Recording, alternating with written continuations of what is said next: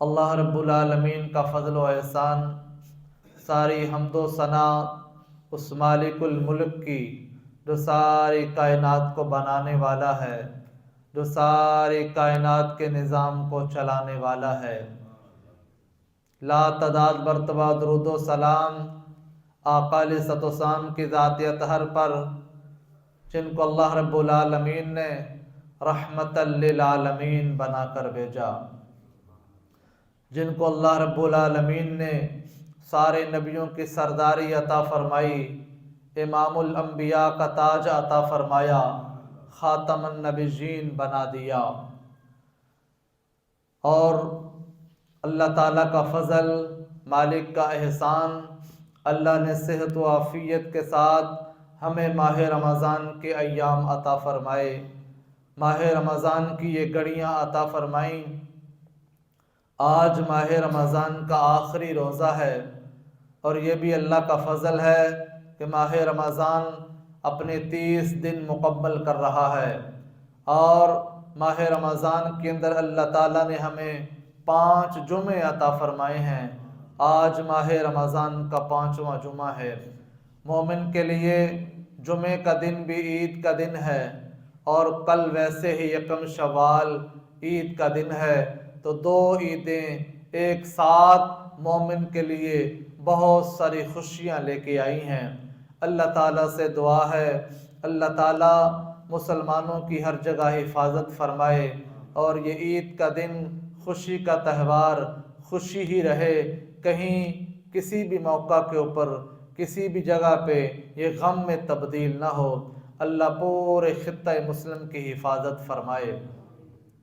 یقیناً جو ہی ماہ رمضان آتا ہے، انسانی سوچیں تبدیل ہو جاتی ہیں، انسان اپنی روش کو تبدیل کرتا ہے، انسان تھوڑا سا سنبھل جاتا ہے، انسان تھوڑی سی فکر کرتا ہے، اور جو ہی وہ تھوڑی سی فکر کرتا ہے، غور کرتا ہے، یقیناً اس کے ذہن میں سب سے پہلا خیال یہ آتا ہے کہ میں دنیا کے سارے معاملات کو اچھے طریقے سے چلا رہا ہوں، دنیا کی ساری چیزیں اور ساری مصروفیات میرے اندر شامل ہیں، بس ایک کمی ہے تو مسجد کی ہے، کمی ہے تو دین کی ہے، کمی ہے تو قرآن کی تلاوت کی کمی ہے۔ ماہ رمضان آتے ہی اللہ کی توفیق کے ساتھ بہت سارے لوگ مساجد کا رخ کرتے ہیں۔ یقیناً مسلمان اللہ تعالیٰ سے ماہ رمضان میں لو لگا لیتے ہیں، اللہ تعالیٰ سے بہت ساری دعائیں مانگتے ہیں، ماہ رمضان کے اندر روزے رکھتے ہیں، اور بنجر زمینیں بھی اپنے اپنے دلوں کو آباد کر لیتی ہیں۔ جو لوگ دین سے دور اور غافل ہیں، دینی معاملات کے اندر سست ہیں، وہ بھی ماہ رمضان کے صدقے مسجد کی راہوں کے مسافر بن جاتے ہیں۔ جنہوں نے کبھی پورا سال تلاوت قرآن نہیں کی، اللہ انہیں بھی توفیق دیتا ہے، ان کے ہاتھوں میں بھی اللہ کا قرآن آ جاتا ہے۔ جو کبھی مسجد میں اللہ کی بارگاہ میں سجدہ ریز نہیں ہوئے، ان کی پیشانیوں کو بھی اللہ سجدے کا نور عطا فرما دیتا ہے۔ تو یہ ساری برکات ماہ رمضان اپنے دامن کے اندر لے کے آتا ہے۔ یقیناً ماہ رمضان کی اتنی برکتیں ہیں، آقا علیہ الصلوۃ والسلام نے ارشاد فرمایا، جو ہی ماہ رمضان کا چاند نظر آتا ہے، وہاں سے لے کر آج شام ماہ شوال کے چاند تک اللہ تعالیٰ جنت کے سارے دروازے کھول دیتا ہے۔ فتحت ابواب الجنہ، اللہ تعالیٰ جنت کے سارے دروازے کھول دیتا ہے۔ اے مسلمان، اے بندہ مومن، اب ارادہ تیرا ہے، اب نیت تیری ہے، میں نے تو تیرے لیے جنت کے سارے دروازے کھول دیے ہیں۔ حالانکہ جنت میں کوئی جائے گا نہیں، ابھی بڑا وقت ہے، اور برزخ کے معاملات کو طے کر کے، پھر قیامت کے معاملات کو طے کر کے، پھر جو ہے آگے فیصلے ہوں گے، اللہ کا عدل ہوگا، اللہ کا انصاف ہوگا، پھر جنت کے اندر جائیں گے۔ لیکن دروازے ہر رمضان میں کھول دیے جاتے ہیں۔ اے بندہ مومن، اب سوچ تیری ہے، اب فکر تیری ہے، اب ارادہ تیرا ہے، اب نیت تیری ہے کہ میں نے تیرے لیے جنت کے 8 دروازے کھول دیے ہیں۔ اور کسی صحابی نے سوال کیا، آقا علیہ الصلوۃ والسلام کی بارگاہ میں عرض کی، یا رسول اللہ صلی اللہ علیہ وسلم، کوئی ایسا آدمی بھی امت کے اندر ہوگا جسے جنت کے 8 دروازوں سے بلایا جائے گا، جسے آواز آئے گی کہ آپ یہاں سے داخل ہو جائیں، 8 دروازے اسے پکاریں گے؟ تو آقا علیہ الصلوۃ والسلام نے ارشاد فرمایا، ہاں، میری امت کے اندر اللہ تعالیٰ نے یہ مقام اور یہ مرتبہ سیدنا ابوبکر صدیق کو عطا فرمایا ہے۔ جب یہ جنت کے قریب جائیں گے تو جنت کے 8 دروازوں سے آواز آئے گی، یا ابا بکر ادخل فی الجنہ، کس دروازے سے جنت کے اندر داخل ہو جائیں۔ تو یہ کتنا مقام اور یہ کتنا مرتبہ ہے۔ پھر فرمایا وغلقت ابواب جہنم، کہ جہنم کے 7 دروازے بند کر دیے جاتے ہیں۔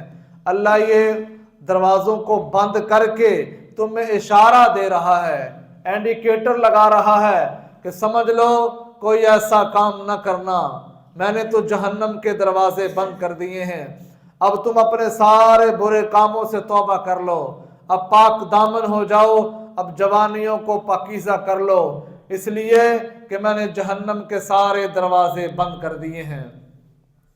پھر ماہ رمضان اپنے دامن میں اتنی رحمتیں لے کے آیا ہے کہ ایک نفل کو فرض کے برابر کر دیا جاتا ہے اور ایک فرض کو 70 فرائض کے برابر کر دیا جاتا ہے۔ اتنا اجر اللہ تعالیٰ کی بارگاہ سے مل جاتا ہے۔ پھر ماہ رمضان کے ایام بیتتے ہیں، ماہ رمضان کے اندر سونا بھی عبادت، ماہ رمضان میں کام کرنا بھی عبادت، ماہ رمضان میں رزق حلال کمانا بھی عبادت، ماہ رمضان کے اندر تسبیح و تحلیل کرنا بھی عبادت، ماہ رمضان کے اندر اذکار و وظائف کرنا بھی عبادت ہے۔ روزے کے وقت جو ہی افطاری کا وقت قریب ہوتا ہے، بندہ مومن اللہ کی بارگاہ میں ہاتھ پھیلا دیتا ہے، یا اللہ تیری توفیق سے سحری کے وقت روزہ رکھا تھا، آج طبیعت زیادہ بہتر نہیں تھی لیکن میں نے روزہ رکھ لیا، بس نیت یہ تھی رمضان کا کوئی روزہ نہ چھوٹ جائے، تیرا خوف تھا، بس میرے دل میں تقویٰ تھا، تیرے آسرے پہ میں نے روزہ رکھا، اور آج وقت افطار تو نے میرے روزے کو مکمل کر دیا۔ اللہ کے نبی نے ارشاد فرمایا، جب اس طرح سے اس نیت سے بندہ روزہ رکھتا ہے تو فرمایا فرحتانی، اس کے لیے پھر وقت افطار اللہ نے 2 خوشیاں رکھی ہیں۔ ایک خوشی یہ ہے کہ میں نے روزے کو مکمل کر لیا، آج میرا 28واں 29واں یا 30واں روزہ مکمل ہو گیا۔ فرمایا ایک خوشی روزہ دار کے لیے یہ ہے، اور دوسری خوشی یہ ہے اللہ قیامت کے دن روزے دار کو، صائم کو سب سے پہلے اپنا دیدار عطا فرمائے گا۔ یہ کتنا بڑا اللہ نے اعزاز عطا فرمایا ہے، یہ کتنی بڑی اللہ کی توفیق ہے کہ امت مسلمہ کو اللہ تعالیٰ نے ماہ رمضان کا ایک مہینہ عطا فرمایا۔ یہ بخشش کے لیے ہے، یہ مغفرت کے لیے ہے، یہ تو توبہ کا مہینہ ہے، اور یہ پورے سال کو پوری زندگی کو بہتر بنانے کے لیے ہے کہ اے بندہ مومن، جس طریقے سے تو نے ماہ رمضان گزارا، اب تیرا حق بنتا ہے تو سارا سال اور ساری زندگی اسی طریقے سے گزار دے۔ اب تو دین سے دور تھا، اب تو دین کے قریب آ گیا۔ اب جب ماہ رمضان مکمل ہو جائے، شوال کا چاند نظر آ جائے، تو یہ مسجدوں کو ویران کر کے نہ جانا، ماہ رمضان کے جاتے ہی تلاوت قرآن نہ چھوڑ دینا، ماہ رمضان کے جاتے ہی مسجدوں کے اندر جو وقت گزار رہے تھے یہ سارے کا سارا وقت ضائع نہ کر دینا۔ ماہ رمضان میں جتنی نیکیاں دامن کے اندر سمیٹی تھیں ان کو بچا کے رکھنا، کہیں تم ساری کی ساری نیکیاں ضائع نہ کر دینا۔ یہ مساجد اور یہ قالین اور یہ جگہ جہاں تم سجدے کرتے تھے یہ پورا سال تمہاری منتظر رہیں گی۔ جہاں جہاں تم نے عبادت کی ہے اللہ کے گھر میں وہ جگہ تمہیں پکارے گی، وہ تمہیں یاد کرے گی۔ کہاں گیا تلاوت کرنے والا، کہاں گئے نوافل پڑھنے والے، کہاں گئے اعتکاف کرنے والے؟ آج جو اللہ کے گھر کے اندر جنہوں نے پورے عشرے کے 10 دن گزارے تھے، اللہ کی توفیق سے آخری عشرے کے بھی 10 دن اللہ نے مکمل تمہیں عطا فرمائے ہیں۔ کہاں گئے وہ شب بیدار جو لیلۃ القدر کے متلاشی تھے، جو ساری رات مسجد کی دیواروں کے ساتھ بیٹھ کے اللہ کے قرآن کی تلاوت کرتے تھے؟ یہ دیواریں، یہ مساجد، یہ اللہ کا گھر تمہارا منتظر رہے گا۔ ماہ رمضان کے بعد مسلمان کو، مومن کو دین سے کوئی چھٹی نہیں۔ نمازیں ہمیں ادا کرنی ہیں، اللہ کے قرآن کی ہمیں تلاوت کرنی ہے، اللہ کے قرآن کو اور زیادہ سمجھنا ہے۔ جو ماہ رمضان کے اندر اللہ سے ایک تعلق بن گیا ہے، اس تعلق کو توڑنا نہیں، ماہ رمضان کے بعد اس کو اور زیادہ مضبوط کرنا ہے۔ ہم نے کثرت کے ساتھ عبادت کرنی ہے۔ جو زندگی، جو ایام ماہ رمضان کے اندر بیتے ہیں ساتھیوں، یہی اصل زندگی ہے۔ صرف یہ ہم 30 دن گزارنے کے لیے نہیں آئے تھے۔ ماہ رمضان تو اللہ کا مہمان ہے۔ آج یہ ماہ رمضان اپنی ساری رحمتیں، ساری برکتیں، سارے فضل سمیٹ کے آج یہ ہم سے جدا ہو جائے گا۔ یہ اللہ کا مہمان 30 دن کے لیے آیا تھا اور یہ اپنے دامن میں اللہ کی رحمتیں، برکتیں، وسعتیں لے کے آیا تھا۔ وہ انسان کامیاب ہے جس نے شب و روز رمضان میں محنت کی ہے۔ اللہ کے نبی صلی اللہ علیہ وآلہ وسلم نے ارشاد فرمایا، اس کی ناک خاک آلود ہو جائے جس کی زندگی میں ماہ رمضان آئے اور وہ اللہ سے اپنی بخشش نہ کروا لے، وہ اللہ سے اپنی توبہ نہ قبول کروا لے، وہ اللہ سے معافی نہ مانگ لے۔ تو ماہ رمضان بیت رہا ہے، بس اب چند گھڑیاں ماہ رمضان کی باقی ہیں۔ ماہ رمضان کا ایک یہ بھی پیغام ہے، ماہ رمضان کے اندر سخاوت کرنے والوں، ماہ رمضان کے اندر راشن تقسیم کرنے والوں، ماہ رمضان کے اندر آٹا بانٹنے والوں، ماہ رمضان کے اندر لوگوں کو لنگر اور کھانا کھلانے والوں، اس بات کو بھی یاد رکھنا، غریب کو ماہ رمضان کے بعد بھی بھوک لگتی ہے، غریب کو لباس ماہ رمضان کے بعد بھی چاہیے۔ ارے یتیم کا آسرا جو ہے یہ ماہ رمضان کے بعد بھی ہونا چاہیے۔ یہ وتیرہ اور یہ روش اور یہ کاوش اور یہ جو ہم نے رسم و رواج بنا لیا ہے، امیر کی کوٹھی کا دروازہ اگر کھلتا ہے تو ماہ رمضان کے اندر، فیکٹری والا اگر دروازے پہ لائن غریبوں کی لگاتا ہے تو صرف ماہ رمضان کے اندر، ارے مالدار اپنا دروازہ کھولتا ہے تو صرف ماہ رمضان کے اندر۔ ماہ رمضان کے بعد یہ غریب لوگ کہاں جائیں گے؟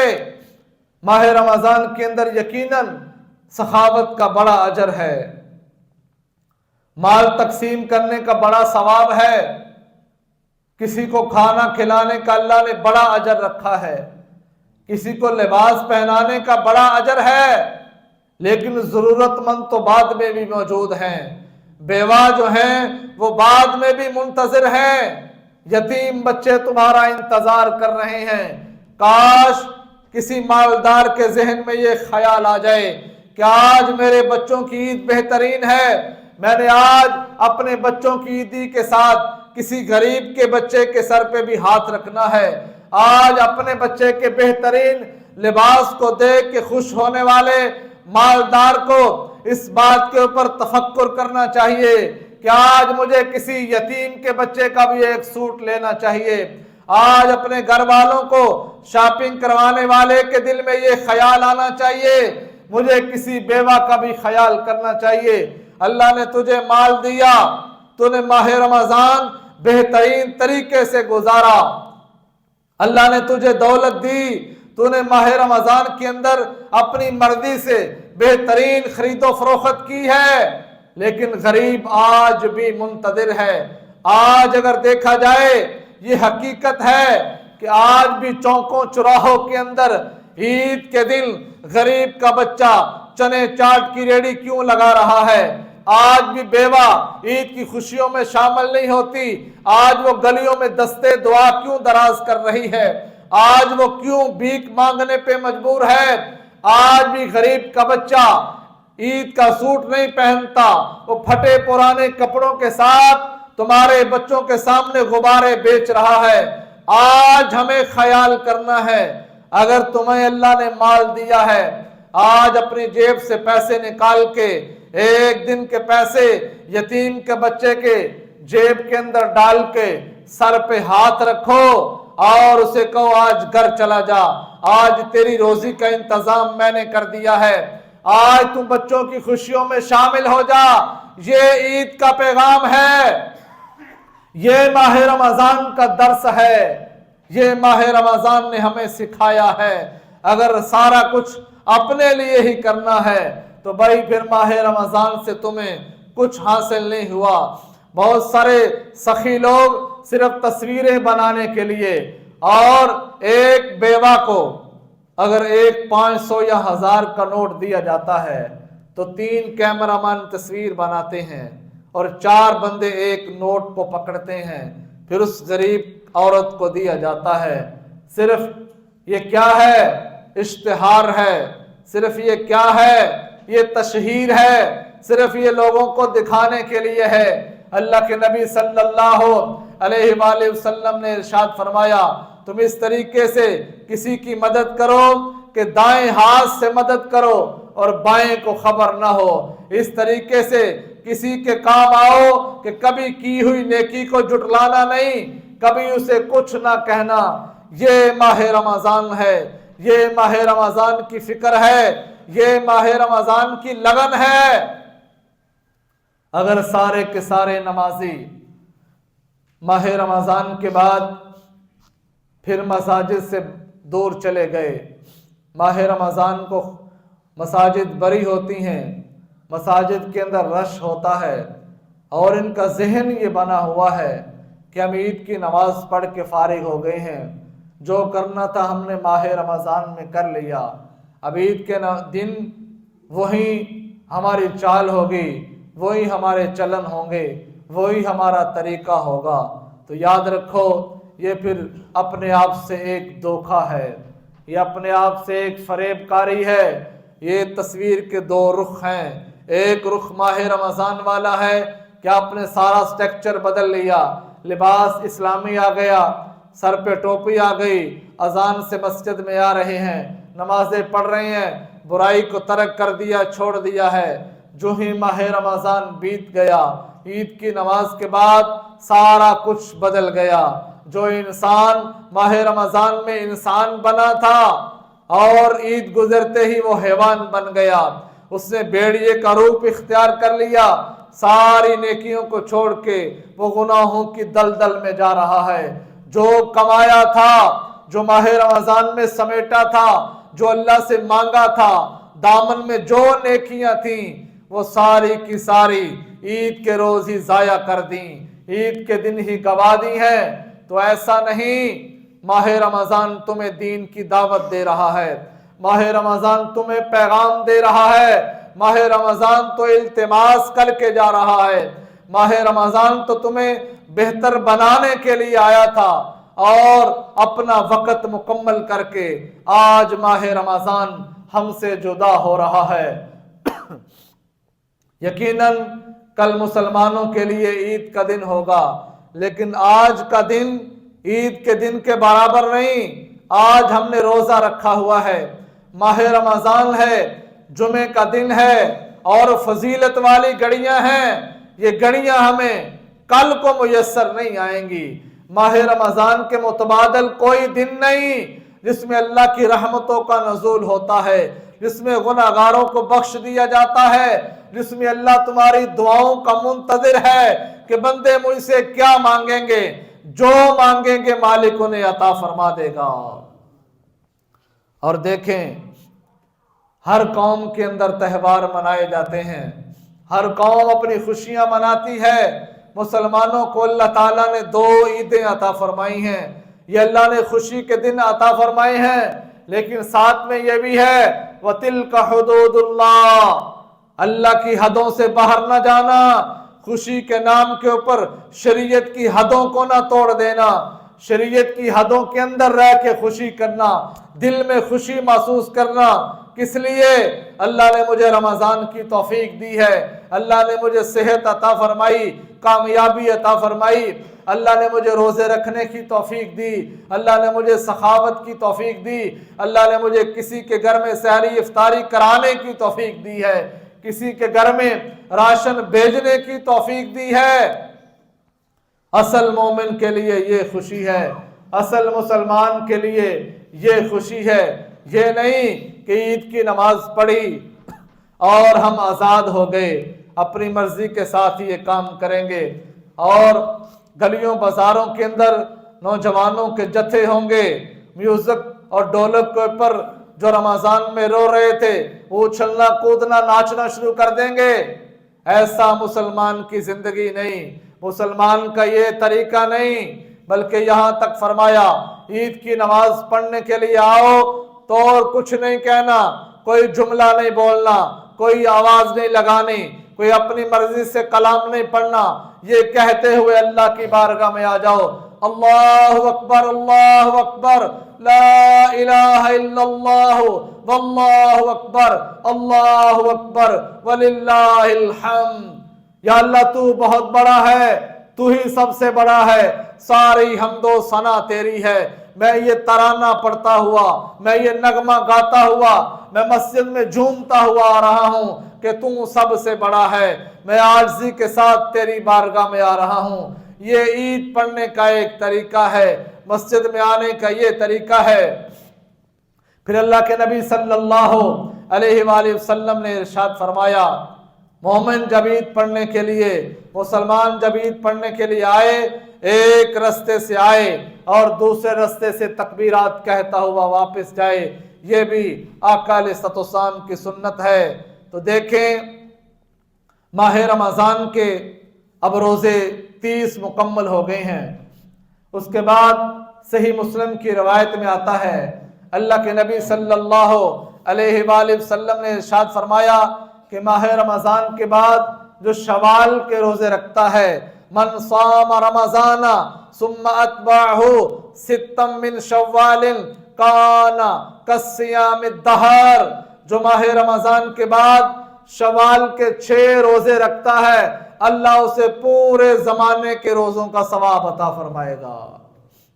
دیکھ اللہ نے تیرے لیے اور بونس رکھ دیا، اللہ نے تیرے لیے کتنا اجر رکھا ہے، اور یہ پورے ماہ شوال کے اندر ہے۔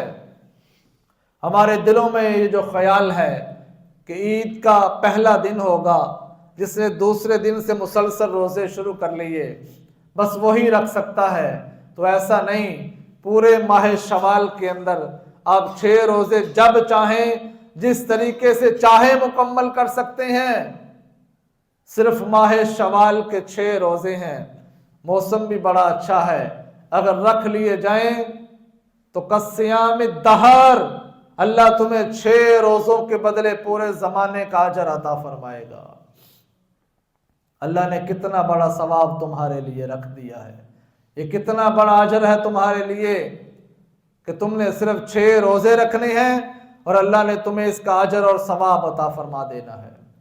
اور ہمارے گھروں کے اندر عورتوں کے ہاں یہ بھی ایک رواج ہے کہ ماہ شوال کے 6 روزے رکھ کے اور پھر اپنی عید بھی پڑھتی ہیں، میٹھی چیزیں بھی بناتی ہیں۔ تو یہ شریعت کا یہ تقاضا نہیں، بس 6 روزے رکھنا یہ آقا علیہ الصلوۃ والسلام کا فرمان ہے، یہ نبی پاک صلی اللہ علیہ وآلہ وسلم کی حدیث ہے۔ عید کا دن صرف ایک ہی ہے اور جسے یکم شوال کہا جاتا ہے، عید پہلے دن ہی پڑھی جاتی ہے۔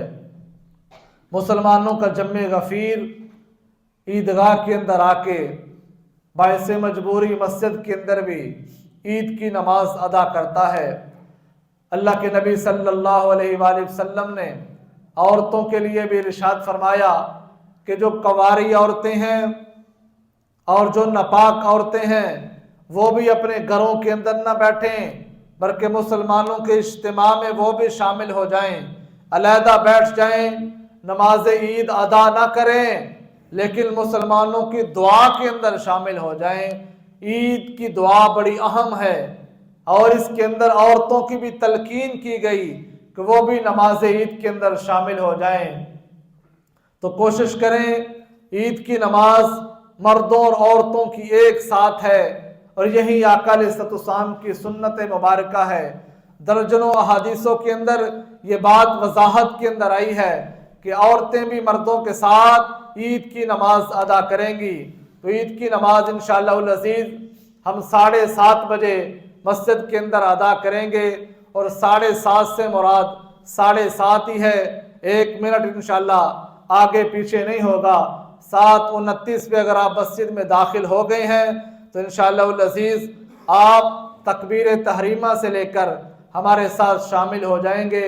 اگر آپ خود لیٹ ہو جاتے ہیں، تاخیر سے آتے ہیں، تو ہم انشاءاللہ وقت کے پابند ہیں، کسی آدمی کے، کسی بندے کے، کسی مسئلے کے پابند نہیں۔ ہم انشاءاللہ وقت کے ساتھ ہی نماز عید جو ہے اس کی جماعت کھڑی کر دیں گے۔ اور دوسرا، اگر کسی نے صدقہ فطر ادا نہیں کیا تو اپنا صدقہ فطر عید کی نماز سے پہلے ادا کر لیں۔ آخری وقت جو ہے وہ یہ ہے کہ عید کی نماز پڑھنے سے پہلے جو بندہ عیدگاہ کی طرف آ رہا ہو، جو نماز عید کی تیاری کے لیے مسجد کے اندر آ رہا ہو، اس کا صدقہ فطر ادا ہونا چاہیے۔ بغیر صدقہ فطر کے کوئی بندہ عیدگاہ کی طرف یا مسجد کی طرف نہ آئے، تاکہ عید کی نماز جو ہے یہ ادا کی جائے، بر وقت ادا کی جائے۔ اور کوشش کریں، عید کے اندر بہت ساری سنتیں ہیں، اس لیے بتا رہے ہیں کہ عید کی نماز جماعت سے پہلے، کل فجر سے لے کر عید کی نماز تک آقا علیہ الصلوۃ والسلام سے کوئی نماز پڑھنا ثابت نہیں ہے۔ حضور نے جب نماز فجر ادا کی عید والے دن، اب کوئی نماز نہیں، اب عید کی نماز کا انتظار کیا جائے گا۔ اس دوران کوئی نماز بھی نہیں، اور فجر کی نماز سے لے کر عید کی نماز تک کوئی خطاب بھی نہیں۔ آقا علیہ الصلوۃ والسلام کی سنت ہے، حضور نے کوئی تقریر نہیں کی عید کی نماز سے پہلے، حضور نے کوئی خطبہ نہیں دیا عید کی نماز سے پہلے۔ بخاری ہے، مسلم ہے، ابو داؤد ہے، نسائی ہے، ترمذی ہے، حدیث کی ساری کتابوں کے اندر یہی ہے، حضور عیدگاہ میں تشریف لاتے، وقت متعین آقا علیہ الصلوۃ والسلام عید کی نماز پڑھاتے، اور پھر عید کی نماز کے بعد حضور خطبہ ارشاد فرماتے تھے۔ عید کی نماز کے بعد حضور صحابہ اکرام کو واعظ و نصیحت فرمایا کرتے تھے۔ تو عید کی نماز سے پہلے کوئی تقریر، کوئی خطبہ، کوئی واعظ و نصیحت سنت نہیں ہے۔ تو انشاءاللہ ہم بھی اسی سنت کے اوپر عمل کریں گے۔ خطبہ، واعظ و نصیحت مختصر عید کے نماز کے بعد ہوگی۔ آپ اس بات کے منتظر نہ رہیں کہ مسجد کے اندر ابھی تقریر نہیں شروع ہوئی، ابھی تو بیان ہی نہیں ہوا، ابھی مولوی صاحب نے ہمیں آوازیں نہیں دیں۔ ہم صرف وقت کو دیکھیں گے اور کسی چیز کا انتظار نہیں کریں گے۔ 7:30 بجے انشاءاللہ عید کی نماز جو ہے یہ ادا کی جائے گی، پڑھی جائے گی۔ اور آقا علیہ الصلوۃ والسلام عید کی نماز پڑھانے کے لیے تشریف لا رہے تھے۔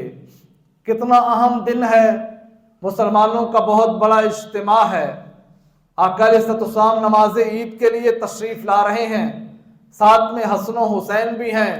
آقا علیہ الصلوۃ والسلام کے بازو تھام کے وہ بھی عیدگاہ کی طرف آ رہے ہیں۔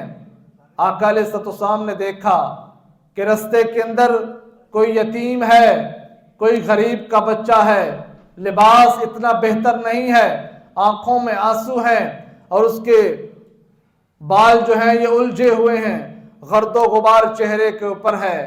سامنے عیدگاہ کا اجتماع ہے، صحابہ اکرام کی کثیر تعداد ہے، صحابہ گزر رہے ہیں۔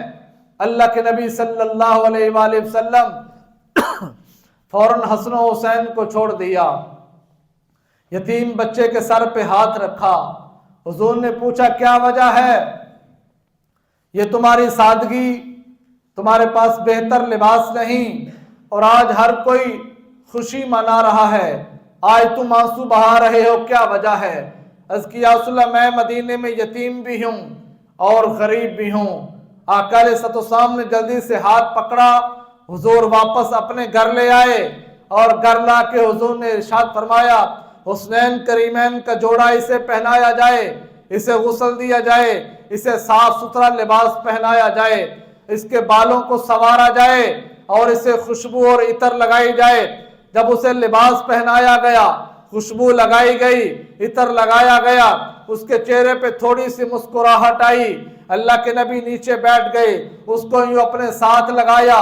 مدینے کے یتیم کو عید والے دن، عید کی نماز سے قبل حضور یہ کام فرما رہے ہیں، اسے سینے سے لگا کے حضور نے ارشاد فرمایا اے مدینے کے یتیم، کیا تو اس بات سے راضی نہیں کہ فاطمہ تیری ماں ہے، حسن و حسین تیرے بھائی ہیں، اور محمد تیرا باپ لگتا ہے؟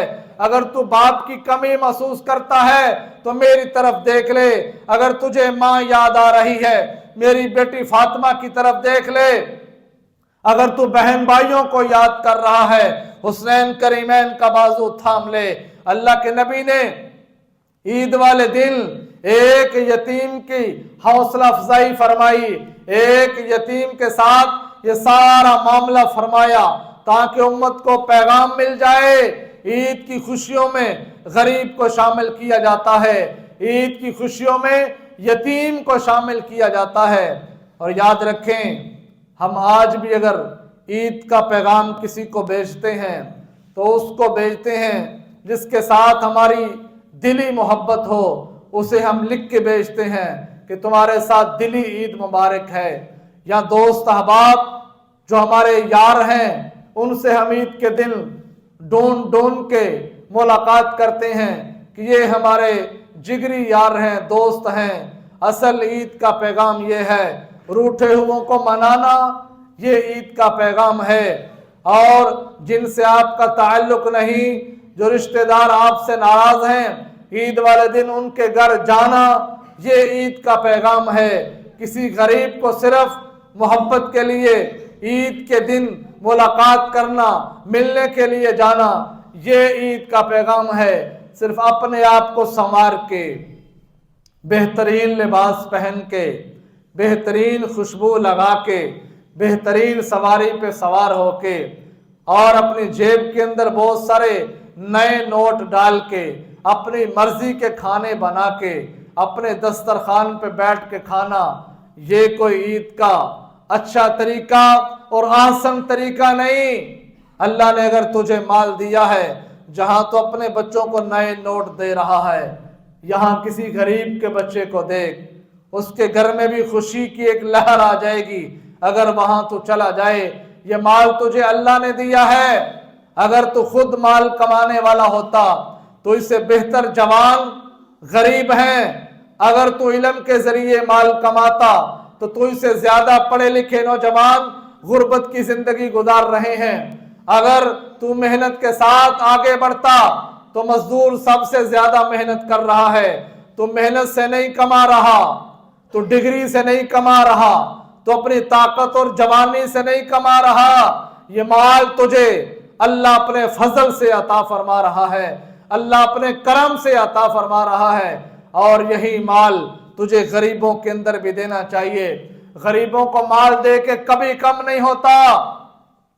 اگر کسی غریب نے کانپتے ہوئے ہاتھوں سے تیرے لیے دعا کر دی، اگر کسی بیوہ کی ایک دعا، ایک جملہ تیرے حق میں نکل آیا، اگر کسی یتیم کی ایک مسکراہٹ یہ تیرے لیے ہو گئی، یہ تمہارے لیے دنیا میں بھی کامیابی ہے اور آخرت میں بھی کامیابی ہے۔ مال کو چھپا لینا، مال کو جمع کر لینا، مال کو پیچھے پیچھے کرنا، یہ مومن کی نشانی نہیں۔ مومن تو سخی ہوتا ہے، مومن بخیل نہیں ہوتا، مومن کنجوس نہیں ہوتا، مومن اپنے پیسوں کو بار بار گن کے پیچھے نہیں کرتا، بلکہ وہ تو بغیر گنے، بغیر حساب کے اللہ کی راہ میں خرچ کرتا ہے، اس نیت کے ساتھ کہ اے میرے مالک، تیرا دیا ہوا مال میں تیری راہ کے اندر